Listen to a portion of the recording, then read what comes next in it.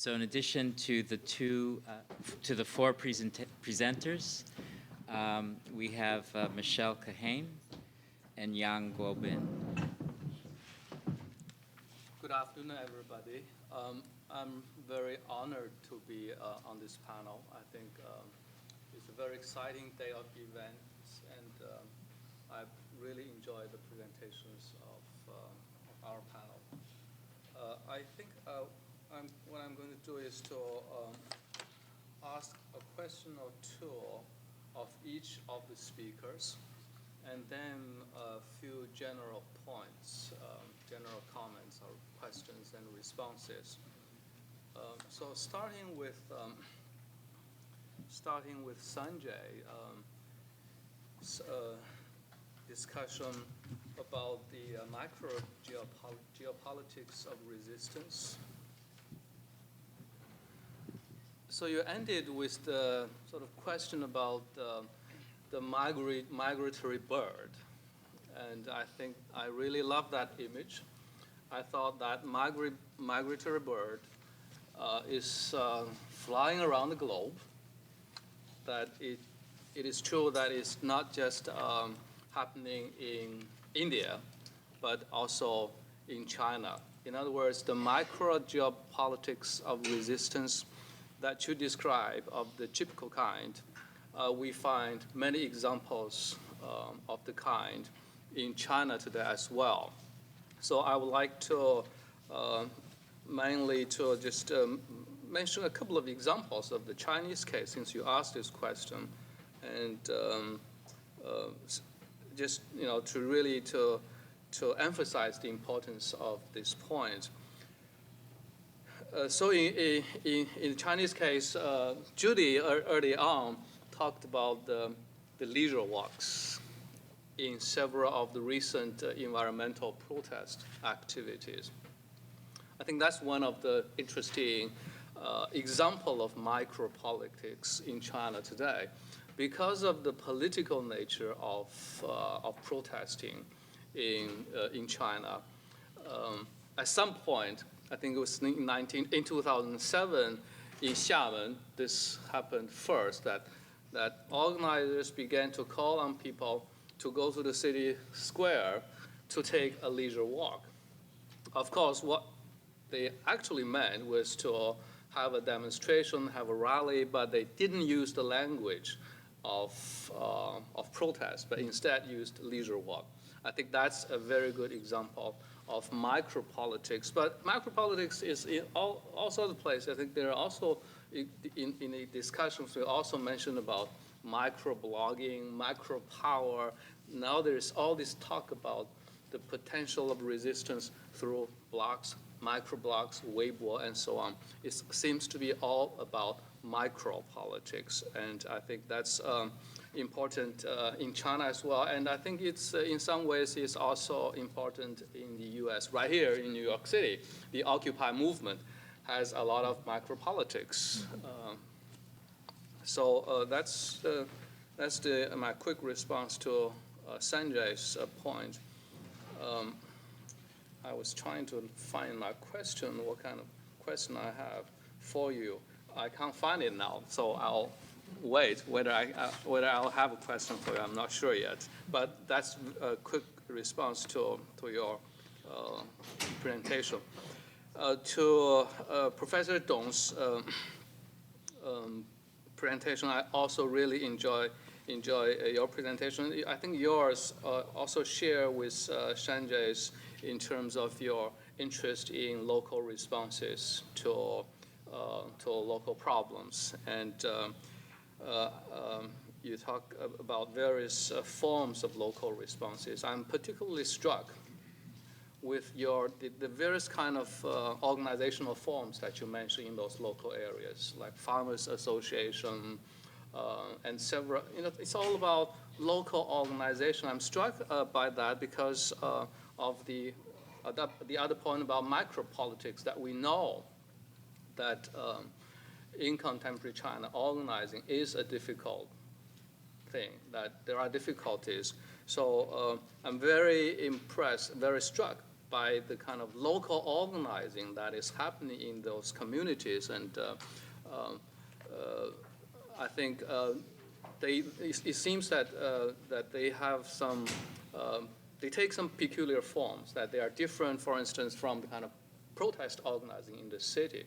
So I would love to hear more about how this, what kind of organizations, right? Why do they work, right? So it's about the innovation in organizational form in response to local problems. To Victoria's presentation, my question is also about local responses. It's somewhat different. I think your project is somewhat different from others, but I still want to ask the question about local response, since your project is really about urban intervention. So it sounds like it's the intervention from the outsider's point of view, that it's about scientists and so on, design and so on. So I wonder, what kind of local responses do you have, or did you try to incorporate local responses, local input into the design of these kind of projects? I'd love to hear more about that aspect. So that's for Victoria. And last is for Nidhi.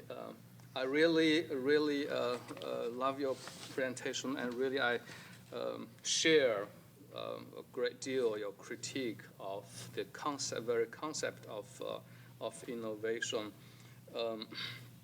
And actually, I prepared a few points which I wanted to, I'm trying to find on my laptop. I think essentially, I wanted to make a similar kind of critique about the concept of innovation that after a day or two of discussion, how shall we put this concept, the very concept itself, in question, interrogating this concept, because it seems to be everywhere, but it's particularly popular in business school courses, right?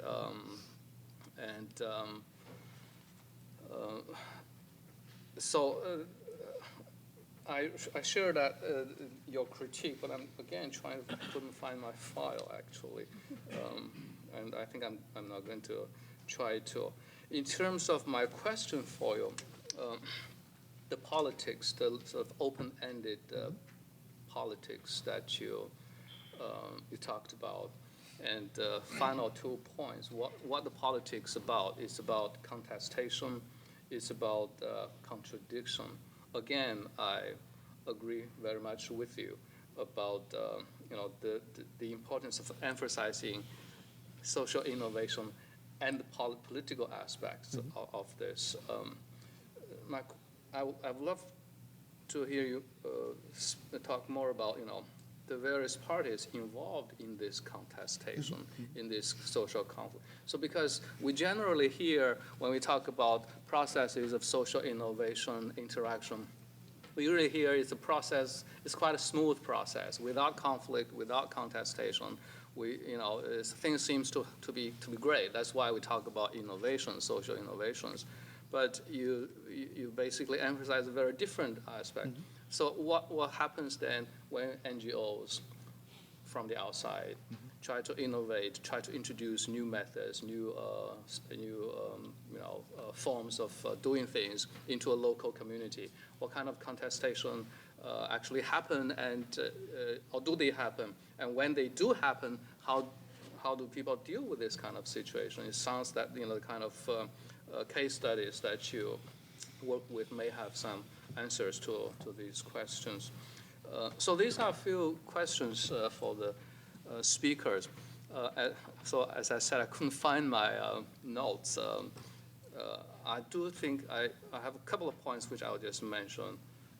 One is the central point about how we can sort of think critically about the concept of social innovation. I think really you've laid out the groundwork for doing such a critique. I also want to bring up a point which I think emphasized very much by David Ludden in the earlier panel about the importance of social inequality in the discussion of environmental issues. and to raise the question about the contextual nature of social innovation. And I would like to give you just an example to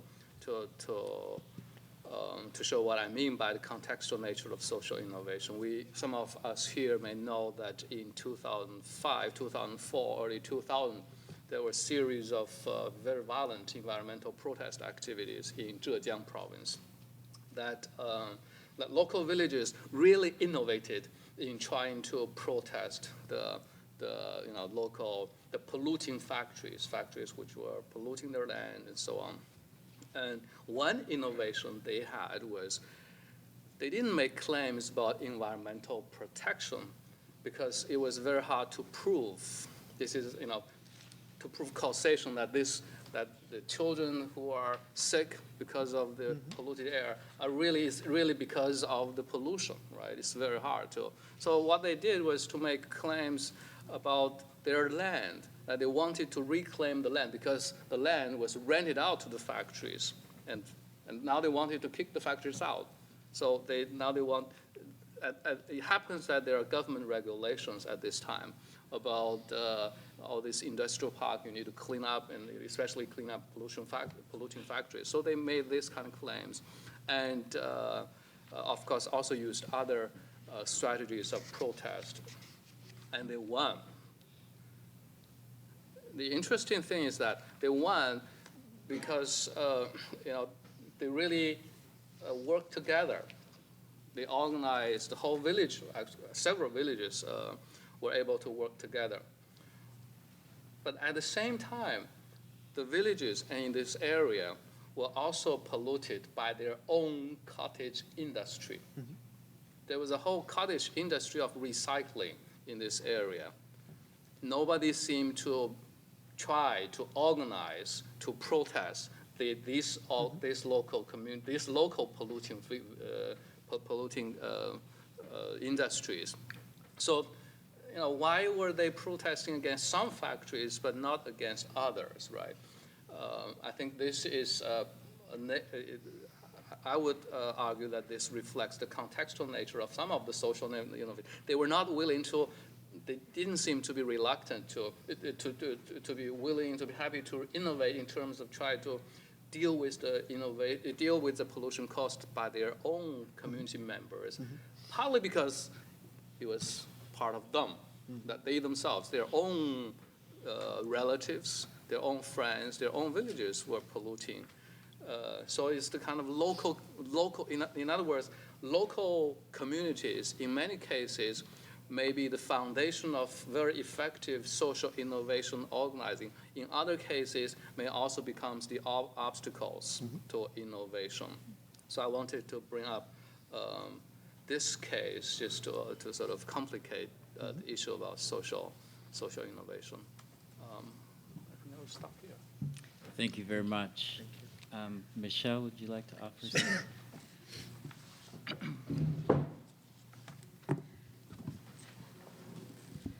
So I'd like to very much thank the India-China Institute for inviting me to be a discussant, and all of the speakers yesterday and today, because I have learned a great deal from all of you. And frankly, I believe it will be quite influential in my work as I go forward. So thank you, all of you. I also want to say that I was a very reluctant discussant. I was quite concerned because I don't have background in ecology or environment. And I was asked to come here because the Institute felt that because of my experience as in philanthropy, particularly working for the Ford Foundation and the Clinton Foundation for a good number of years, I would have a particular vantage point. And I pondered that for a while to think, okay, so how would that vantage point be useful here? So, and I should say that I'm a professor of professional practice at Milano, at the School of International Affairs, Management, and Urban Policy here. Not a scholar by training, but rather a practitioner who comes here with 2 decades of experience. and is now really trying to understand social innovation in a more, in this context of academia, rather than in the practice world. But to my point about working in a foundation, we saw ourselves at the Ford Foundation as field builders, which is rather presumptuous, I think. From up above in the well-resourced and endowed organizations like Ford, Rockefeller, Gates, et cetera, we were building fields. And what we meant by that was that we were investing in innovative ideas, innovative organizations, innovative people. And how did we do that? Well, it wasn't just money. We also convened people around these ideas. We influenced agendas and resource flows more broadly. And as such, I want to bring a field building perspective here today, but I also want to acknowledge that since coming here several years ago now, I have become deeply critical of this approach. And I think that the presentations today, deeply critical of this approach from the perspective of a sort of top-down approach towards innovation. And so my core questions really are about how do we create capacity really and the resources to support that capacity to innovate at local levels, and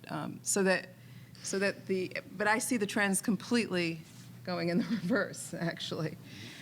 So what we're seeing is in Matthew Bishop's well-known book on philanthrocapitalism, that frankly there are more and more private resources being combined, whether being corporations or large foundations or financial institutions that are now extraordinarily influential, meeting every year at the Clinton Global Initiative, which is also a place I used to work, and really influencing agendas. Now, inviting NGOs, certainly, who often come there with great enthusiasm.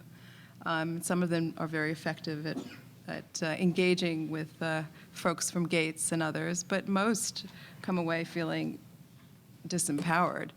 And so when I think about social innovation, I think about it in a number of ways. And we talk there, and I frankly, as I was looking at the papers and listening yesterday, there's an extraordinary array of types of social innovation in terms of outcomes, but I think what isn't looked at well enough is the question of how can the capacity, the enduring capacity for social innovation be created at the community level. So when we look at types of innovation as outcome, and I think that it may be similar to your point about tools. There are, let me step back for a moment, because I think it's really interesting to also say that social innovation is not new. It's not a new phenomenon, right? And you talked a bit about the from a historical perspective. If you look at the Ashoka website, and I only point to the organization Ashoka, which is a global organization, been around for 30 years, and it's very much focused on social entrepreneurship and social innovation. But when they have a web page where they say, here are examples of social innovators in history, and the list goes on to include people like Susan Anthony, who fought for women's rights, Viola Bhav, who was the leader of the land gifts movement, Florence Nightingale in India, Florence Nightingale, founder of the modern nursing, and John Muir, who established the national park system. So clearly, these are examples, I think, of in diverse fields of leaders who have built movements. But what's interesting is that even though these are examples of social innovators that Ashoka sort of touts, and Ashoka as an organization is one of the sort of leading sort of institutions defining that field, it seems that now more and more it's being usurped by the business schools, you know, as a phenomenon and as a field of practice, which I share your concern about. You know, in the presentations today and yesterday, as I stated, I think that there was a wide array of types of social innovations, including new norms and standards. I was really struck by the example yesterday by Professor Liu talking about the Tibetan monk who helped to create a new category of sacred bird through both science, organizing, and leadership, which are critical enablers. In our country here, there are movements of all sorts, obviously, as well, including those to stop tobacco smoking, to end obesity, to drunk driving, and promote same-sex marriage. Again, all of these new normative movements require the capacity to organize and to lead. Another category of social innovation are new practices, whether it in farming, forestry, herding, conservation, hospice care. So again, many of these practices must be informed, again, by engaging science and other disciplines. Social innovation is also takes the form of policy, whether it be Social Security or land tenure reform.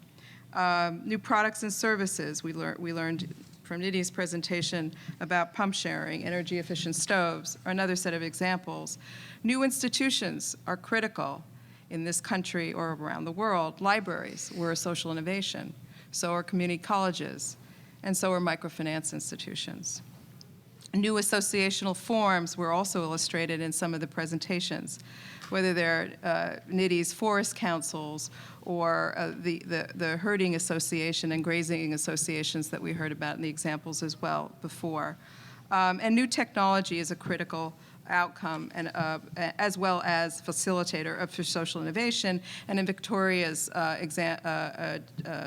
presentation, we heard how important new tools for data visualization, et cetera, can help inform new urban design. And finally, and this is not the full list of possible social innovations, social innovation as outcome, but new governance forms. So these can be both local, new forms of governance, both local as well as global, and we're seeing many more sort of voluntary governance forms, including around natural resource management, like the Marine Stewardship Council and the Forest Stewardship Council. So there's an extraordinary array and examples of social innovations that are both have both been described here in the presentations, and many, many others, which is a bit overwhelming when you're trying to teach or study social innovation. So for me, I think, as I think about this field or practice of social innovation, the core question is, if social innovation is important for society, and I do think of it as kind of the ability of society to problem solve, how do we create those capacities so that people at the level of communities can be central to social innovation? And so I think this brings a set of specific questions that I would present to the panel, including, and some of them already have been posed in the last 2 days, but what kind of knowledge do we need to innovate? Who holds this knowledge, and what kinds of new institutions need to be created to access and make usable such knowledge? Secondly, how do we reconceive the notion of the professional in social innovation? And Nidhi's spent a lot of time thinking about this as well.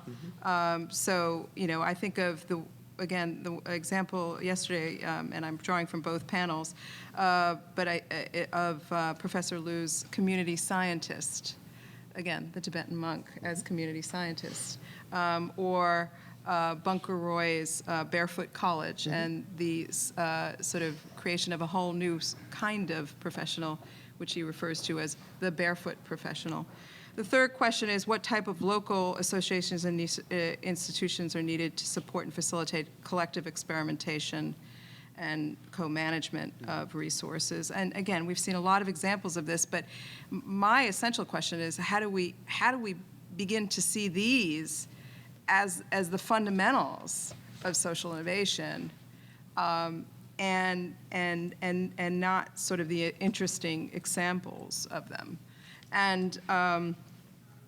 And finally, I would say, because I'm probably taking too long, time is up, the last question is I think essential, which is really about money. And so how to bring, so that the negotiated space that Nidhi was describing before, well, there'll always be that contested space, but the power of money is extraordinary. So how do we create seriously real community foundations, not the kind that we see here in the United States, which are essentially the money of the rich, that are kind of being managed financially, right? But really money that is managed by communities for what they believe to be their needs. That's it. So this is a set of general questions rather than targeted questions. No, thank you so much, Michele. And it points to several of the areas that I wanted to bring to the discussion as well. So I'm going to be very, very brief, and then we'll get responses from everybody. So I will reiterate the framing question that is coming from the vision of the New School, and what is the role of design in this discussion, especially when social innovation is questioned, critiqued, theorized in the way we've heard at the end of this panel.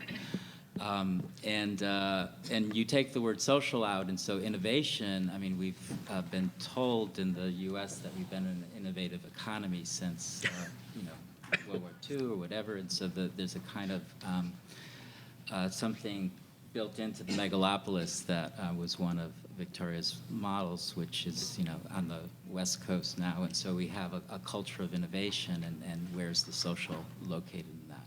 And the designer knows where to locate his or herself within that first model, but the second model is one of the critical questions we have. And the other question, so there's a kind of disciplinary question, and theory, practice, design.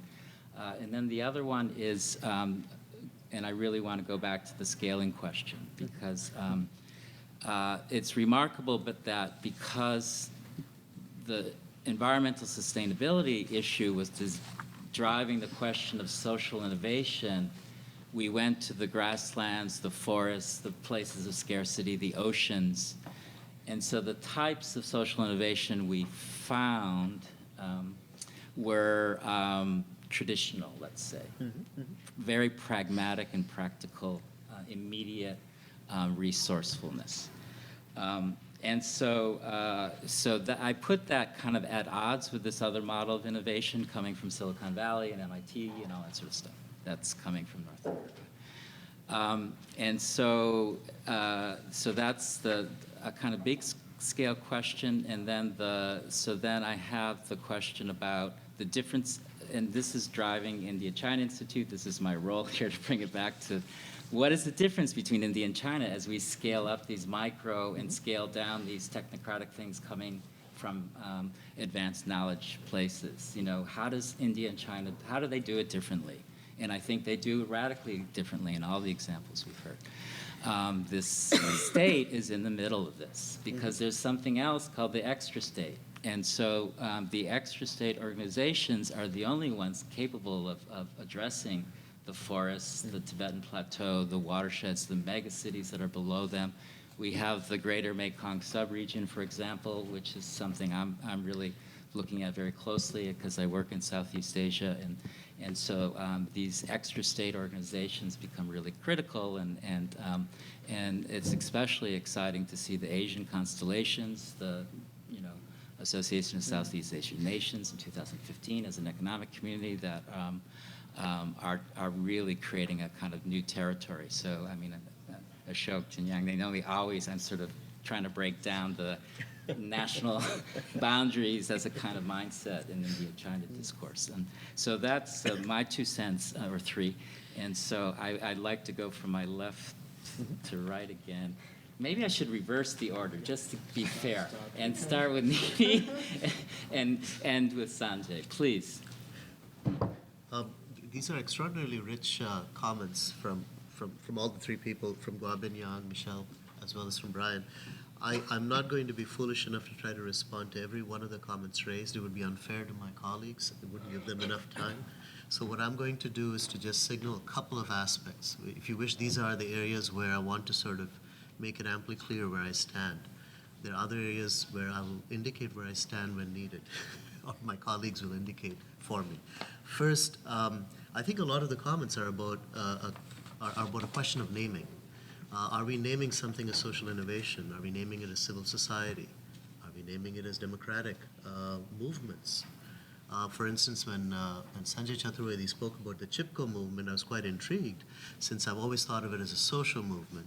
But at one point, he did signal quite deliberately that this was a social innovation, and that's quite intriguing to think of a social movement as an innovation, but why not, right? So to me, when we're looking at it as questions of naming, I wouldn't be comfortable saying there's one name that is accurate and one name that is not. I think that maybe I'm signaling very clearly where I stand. I'd be more comfortable with the historiography of naming. Why has a name emerged? What does that name do? What does a name conjure up? What is it that makes our hearts beat faster when we hear the phrase civil society, or on the other hand, hear the phrase social innovation? And shouldn't we be a little careful when our hearts beat faster for those reasons? Because the reason our hearts beat faster might be due to perhaps romanticized uses of those terms, right? So given that, then to respond directly to what Brian said about design, I would say that the challenge here then is to actually move away from the disciplinary orientations we all have and to be committed to the people we study. I would like to be committed to the people I studied in India and in China, because I observed them in considerable distress. And I was humbled by it, and I remain shamed by it, because I don't experience considerable distress of any kind. And I have that privilege that, to that extent, they don't. And so to me, therefore, it's not really very important whether we call it design or management. It's much more important to say what is it from their perspective. That leads me to a comment I wanted to make about Guobin Yang's very generous and kind comments about my presentation. I was looking at these people, and my concern was to understand how they went about their day-to-day work. And so I observed the innovations as they emerged, and what I recall vividly is a high level of sensitivity to social differences. One aspect of that I'm going to say very briefly when I turn to Michele's comment, but the other aspect I just wish to state is incredible investment in negotiation. In everything that was happening around me, work went in already to negotiate something before I emerged and while I was there. So the image of the forest warden that I showed you was not because he was making a routine visit. The routine visit would have been, he would have shown me that part of the Gwaligongshan, and then we'd have gone on. The villagers expected him. They knew he would come. They waylaid him, but they did not waylay him by saying, we have a demand. They waylaid him by saying, how are you? Who is this stranger who's coming here to see us? Once the stranger is introduced, they say, aha, I see. You want to know about intermediate technology, whatever you want to call it. We have beehives. The beehives are shown. This leads an entry point for them to then turn to the official and say, by the way, you had mentioned you'd be giving us some beehives. What happened to that? In short, what I noticed was a profoundly complex way in which claims are framed within what is a local vocabulary that is acceptable. In short, exactly what Guobin Yang mentioned about people going out for a walk when they're actually going out on a protest. Similarly, I don't have the time to say this now, but when I studied some of the hutongs in Beijing that were able to resist the demolition that had happened across Beijing of the hutongs through the 90s, again, I learned that there was a very indirect way in which these negotiations took place. And I feel some of that was signaled also with the images in India. I don't have any more time on that, so I'll just end with this very quick comment on what Michele said. Very rich comments. I really thank you, Michele. I want to very briefly state, in terms of knowledge and professionalization, I was greatly moved by a conversation I had with a gentleman whose name I won't mention. When I was in India studying this NGO, we spoke in Hindi, and his question to me in Hindi was, "Do you understand Hindi?" To which I said, "Yes, but not well." He said, "Tell me, why is it when I speak in English, I get paid much more than when I speak in Hindi?" I said, "That's a very good question." I said that in Hindi, by the way. And then he said, "You know, there are people in my organization do exactly what I do. They speak in English and they're called managers. I am not called a manager." I was very struck by this, and then as we spoke in Hindi, I understood very greatly what he does for a living, and most of what he does for a living is he goes, understands the customs and the folkways of the people the NGO is trying to serve, and translates them into a manner which the NGO can use to intervene. In short, he is a conduit for negotiation. And so it seems to me extraordinarily important that when we are naming, we also recognize that the languages we use to name exclude some, while they also involve others.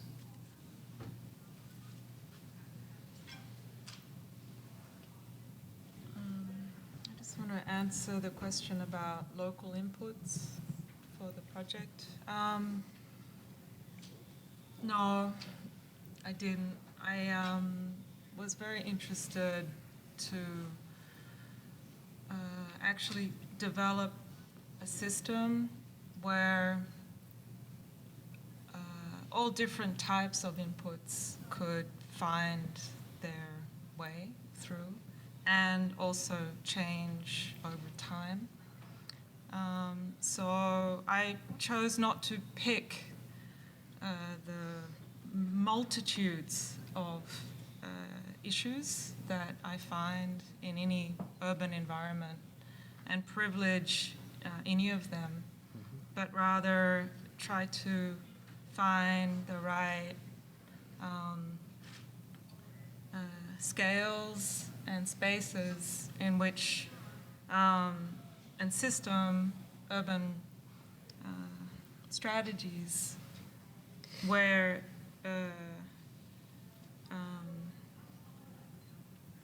change could fit and make sense spatially. So it's very sort of terrifying to do a project like that in a room with so many social scientists and say, I didn't talk to anyone.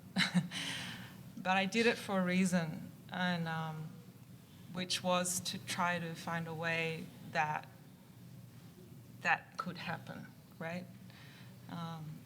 So I hope it's clear that actually that's what's right up front. But when you try to be sort of take on the scales that most people tell you you're not allowed to, it's too big, you know, you have to, they're different, you get sort of, you do other things towards the same goal. I suppose that's what I'm saying. So I hope it's clear that by offering a drawing set, not a single image, by having layers that are actually have inconsistencies between them, to have them, some of them move backwards and forwards in time, was also a design strategy to open up space for urban design as a beyond the master plan and as an empowering tool at the bigger scale. Okay, thank you very much, Professor Yang, Professor Kahane, and Professor McGrath. Actually, you give us this invaluable suggestion and comments. So, first, I would like to answer the question: what is innovation? From my standing, so for me, just like innovation, it's kind of social innovation. It's kind of let's say local knowledge-based adaptive management.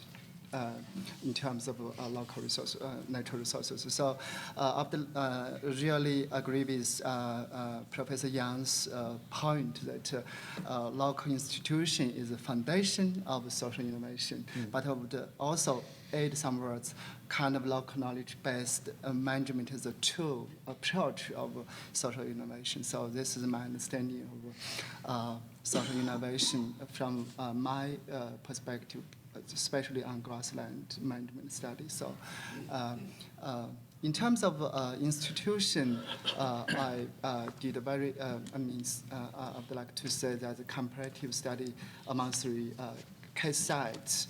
I would like to say in China, actually, local institution was, let's say, eroded in the past due to the policy. Kind of when we look at the grassland management policy since 1960s, it's the first communal kind of communal grassland management, which is based on kind of let's say kind of communal leader, quite big decision maker, and after open up, the grassland were de-individualized. So traditional kind of clan were totally broken or eroded. So I would like to say nowadays, in China side, it's, there's no very formal local institution at all. But when we look at the case in Nepal, there's a really good local institution, which, very well structured and which also play very important role. Look, they have very, under the community committees, they have different associations, like the livestock association, vegetable crop. They worked very, let's say, very cooperatively by looking at the committee. So I think this is a quite very good thing China should learn from Nepal side. But I also in India side, I don't find a very strong local institution, which is, as strong as a Nepali case. So normally in India side, that most of herders are scattered. Come from different communities. So which is very difficult to make them to a formal institution. So that's briefly my understanding in terms of local institution. Yes, of course, local institution is the foundation of social innovation. I do agree. So in terms of Michelle's question, how do we create resources to support local kind of capacity? From my point of view, I think there are 2 kind of resources we should look at. One is from a financial point of view, another one from institution point of view. So both the internal institution and external institution should be created, like in China, the local herders community or some kind of local institution should be created. And also policy-based institutions should be created to support this local institution. So financial perspective, maybe local people that can collectively have some kind of foundation to support their grazing activities. Like in Nepal, they have kind of collective foundation there. So families join together and leave some money for the risk management. This kind of foundation at local level in Nepal have, but do not have external financial resources from either government or NGO there.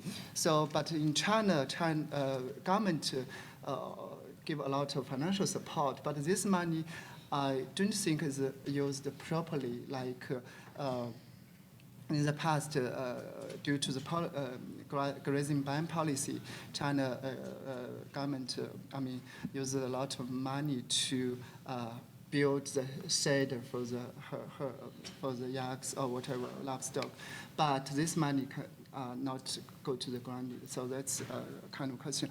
And also in India side, I didn't find any kind of institutional financial to support. That's my answer to Michele. In terms of Brian's question, how to scale up macro level kind of management into national level. So I think we need to, let's say, work very cooperatively from different levels. Macro, headers level, policymaker, science together to make good policy. Like in China now, we are changing kind of dynamics. In some area, like in Sichuan and in the Mongolia part, that can have kind of at the experimental level, they have kind of community-based grassland management that we learn from inside China, but outside China we can learn cases from Nepal. So as a scientist, we also go to the Ministry of Agriculture in China, the grassland located by Ministry of Agriculture in China. So we give them very good cases like here, how Nepal doing and what lessons learned from Inner Mongolia case study and also Sichuan. So by doing so, I think in the future maybe this can be scaled. So thank you. So the researcher is an intermediary. Yeah, right. Well, thank you, Chair. I'm also very grateful for these insightful comments that have come. Let me, with your permission, sort of put them in 2 or 3 categories and then respond. I think there's a difference between mainstream innovation and struggles for innovation that take place on the margins. And I think what makes Chipko so fascinating, and even today, and I think in the times to come also, this moment will demand and deserve a lot of rethinking and revisiting, is because Chipko, from one perspective, was also against meta-narratives of all kinds. And for example, Mr. Bahuguna acknowledged early on that there were 2 visions, but 1 movement. There was a vision of his friend, colleague, Bhatt, Mr. Bhatt, who was having a local wood industry, because you would remember 73, it was Simon's Bat Company that was trying to get the trees for their purpose.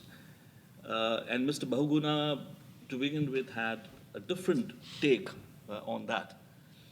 But the very fact that there was this dialogic politics, which is, to borrow Amartya Sen's concept of argumentative Indian, I think Chipko's strength was that it was both a combination of design, well thought of design, which developed over a period of time, and also it was also very spontaneous.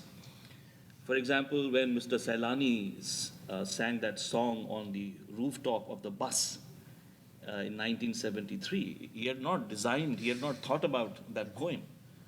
But the poetics of resistance became a very important tool in the hands of the leadership. So that's point 1. How do you create enduring capacity for innovation? I think it's a very important question. But in case of Chipko, I think the leaders were well aware of the fact that if they had the advantage of tradition, like Paul Routledge's work on Chipko reminds us that all these struggles have to be located in a particular context. So there was, in this part of India, a long tradition of resistance, struggles. But I think consciousness is also a very important factor, that consciousness, without consciousness, you cannot build a sustainable capacity to understand things, to fight against the emerging geographies of domination. It was also a struggle over definitions of knowledge. And this is what made Chipko and also Apiko and more recent incarnations of that movement so important is that, this entire questioning of a particular map of meaning being imposed on others. So it was also a resistance against the imposition of external maps of meaning. So what kind of knowledge do we need? I think Chipko's message was that it is for the communities who are affected as a result of certain policy to decide as to what kind of knowledge do they need. It is not left for eco-feminists, because we know that eco-feminist movement also looked at Chipko. There was also a sort of meta-narrative of deep ecology, as Professor Jayanta Bandyopadhyay has argued, and we know that Chipko was a far more complex movement than simply, a resonance in terms of deep ecology. Another point which I want to make is that it's very useful to see that, similar kind of movements in terms of micro-geopolitics are happening in China. Because I'm reminded of the argument that was made by a leading Indian political scientist, D.L. Sheth, who wrote an article in Economic and Political Weekly talking about micro-movements against globalization. And he said that these micro-movements are for participatory democracy. So I think what is happening, if we look at this imagery of migratory bird, is that there are similar micro-movements going on in different parts of the world. But the critical question, I think, comes from the French geographer Jan Gottman, who said that it's very important to understand as to how you move from the state of idea to the state of movement.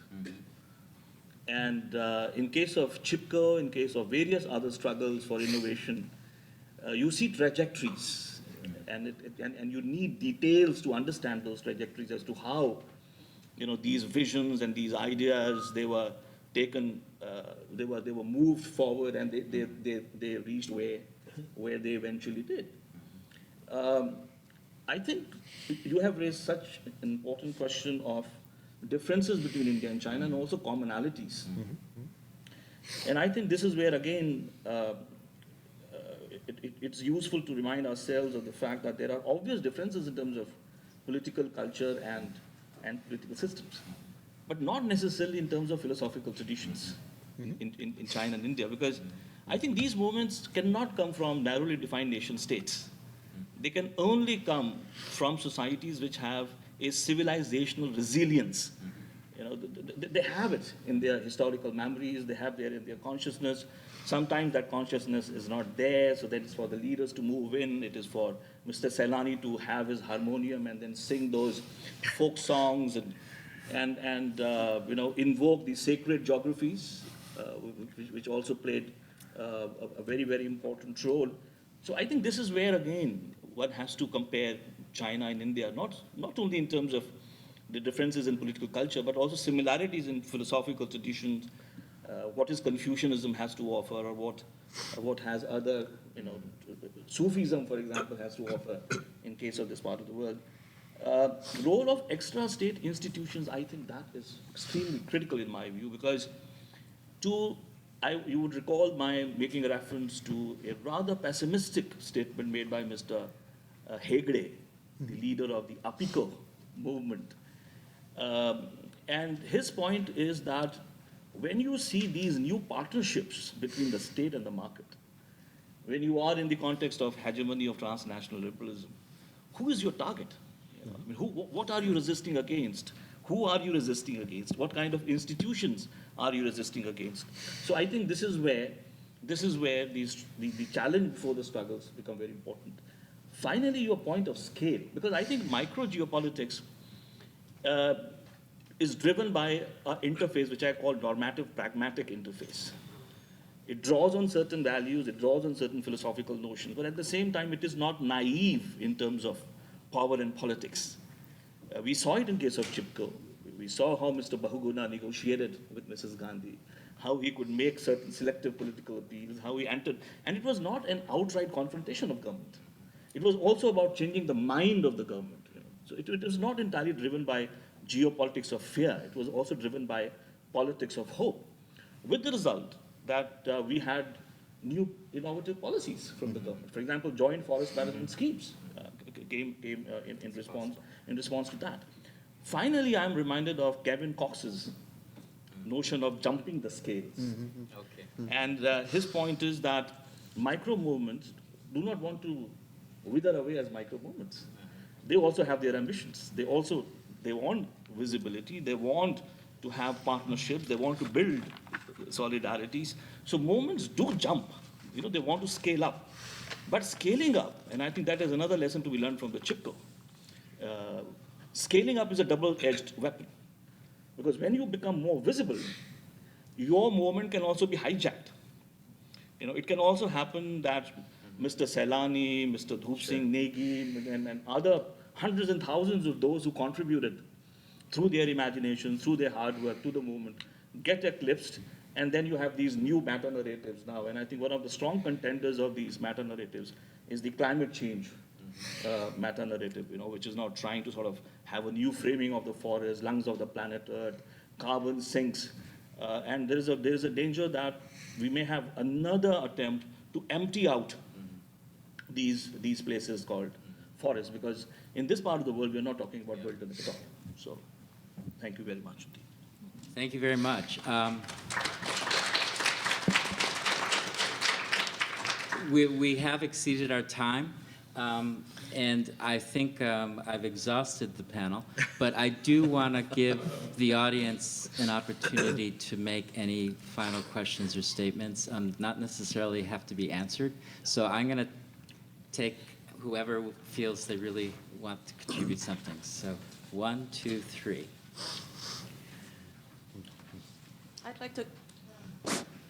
I'd like to congratulate the conference for being so coherent. But I think the coherence has been implied rather than explicit, and I would like to make it more explicit. The question, I think, is what kind of difference does India and China make? And I think the difference is that both of these countries, both of these civilizations have endured centuries of colonialism and imperialism. And this refers to the question that Libo asked, which is why is it 2,000 years ago we had this philosophy, and then now recently in the past 70 years that philosophy has been completely repudiated, rejected. And it's not just because of what David Ludden mentioned about the capitalist production and how it sucks everybody into its inhumane relationship with nature. Because as Judith Shapiro pointed out, Mao himself was anti-nature. So the question is really much deeper than that, which is that we, all of us, have been complicit in this colonial, imperialist, capitalist project. And what we need to undergo is a decolonization of the mind. And I think what this panel has demonstrated is the pragmatics of the decolonization of the mind, where, for example, when Professor Dong talks about the resilience of the economy, he's really talking about the local responses to dealing with external intervention. And what Sanjay Chaturvedi said about the oceanic circle is a concept drawn from a pre-colonial philosophy, non-Western pre-colonial philosophy. And what Nidhi was getting close to was having an alternative approach to understanding these local movements and how they deal with one another, how they negotiate. Negotiation is very much a part of a pre-colonial understanding of dealing with one another. And what Victoria gave us really was an alternative angle into democratic politics through design, where you have no prohibition about the local inputs, and you are actually getting out of all of the social noise that gets in the way by looking purely at design and images. I have to say, I didn't quite understand what you were getting at until the very end. So I thought that this whole panel was the yang to the yin of the first panel, because the first panel created, exposed the elephant in the room, which was colonialism and imperialism. How do we get out of it? And then this panel gave us insight into how to do it and gave me hope, and I hope it gives everybody else here hope as well, to that, yes, there are severe problems, but here are very pragmatic, deep-rooted ways of dealing with those problems, which ultimately leads me to what Brian said about the new school. This is what the new school is all about. So I thank the panels, the panelists, and the organizers of the conference for giving us the kind of inspiration that the new school is all about. Thank you very much. Thank you, Lily. That's a very tough comment to follow if the other two still want to, but I will add that the U.S. is a colonized state as well. Well said. Yes, right here. Yes. Thank you all. I want to try to express my thanks to all of you, but I want to keep my question brief. So I want to know that in order to, because I found that we perceive the local knowledge as a tool but I'm just wondering the tool to help whom, and so what's the innovation for? Who is the real kind of group of people that's innovation for? Is that for the local community or for the scientists, or for the outsider, for the NGOs? So, I mean, for the local people the scientists as outsider, as all the scholars, we found that they have this local wisdom that can help to achieve our goal, maybe to protect one kind of animal or protect the environment. But is that their real demands for themselves? So the real empowerment is to let them know clearly what do they really need, but not to just help the scientists to achieve their goal. So in order to answer the question, what's the role of the local community? I think maybe sometimes we can think about what's the role of the scientist as an outsider for the local community. What do they really need? Thank you. Thank you. And I think we have one more.